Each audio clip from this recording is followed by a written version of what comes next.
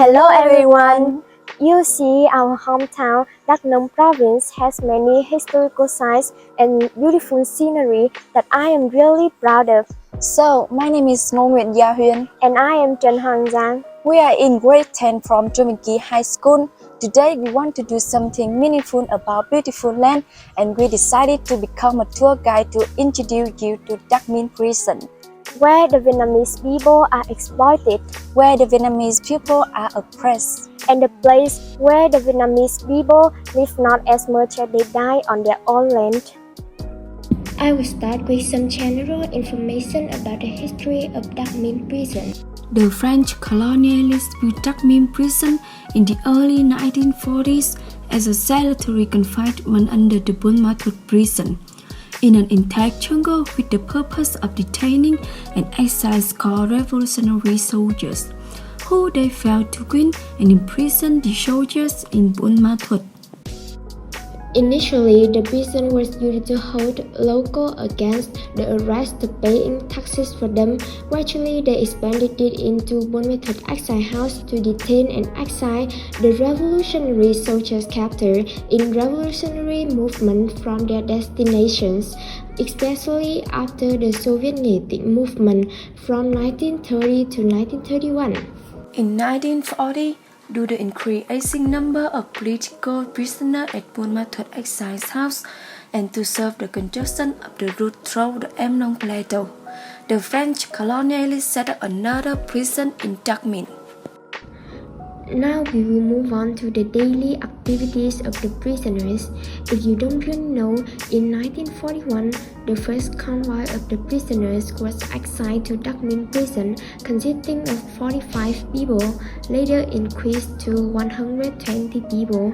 Right now, I'm going to show you how miserable the Vietnamese people live in this prison under the French colonial control. Each prisoner was given only a thin piece of blanket, a mat and a bowl of rice every day.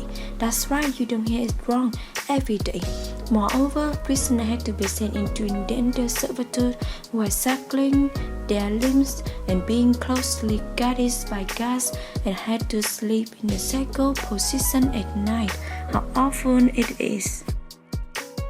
The most important thing that we want to present to you is the prisoners' escape.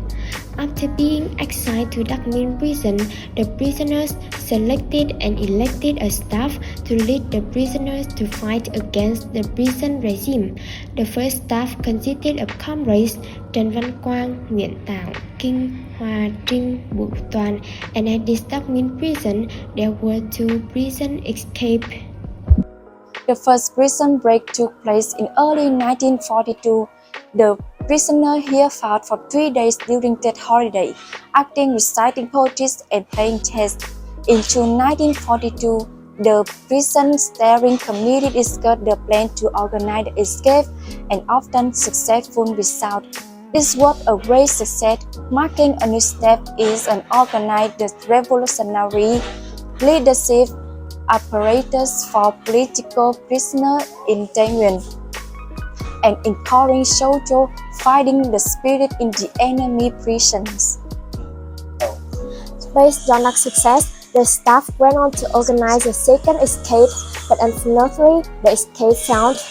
However, successive defeats on the battlefield and facing the fierce struggle of communist prisoners, at the end of 1943, the French colonialists transferred all the prisoners at Dakmil Prison to Buôn Ma Thuột and destroyed Dakmil Prison.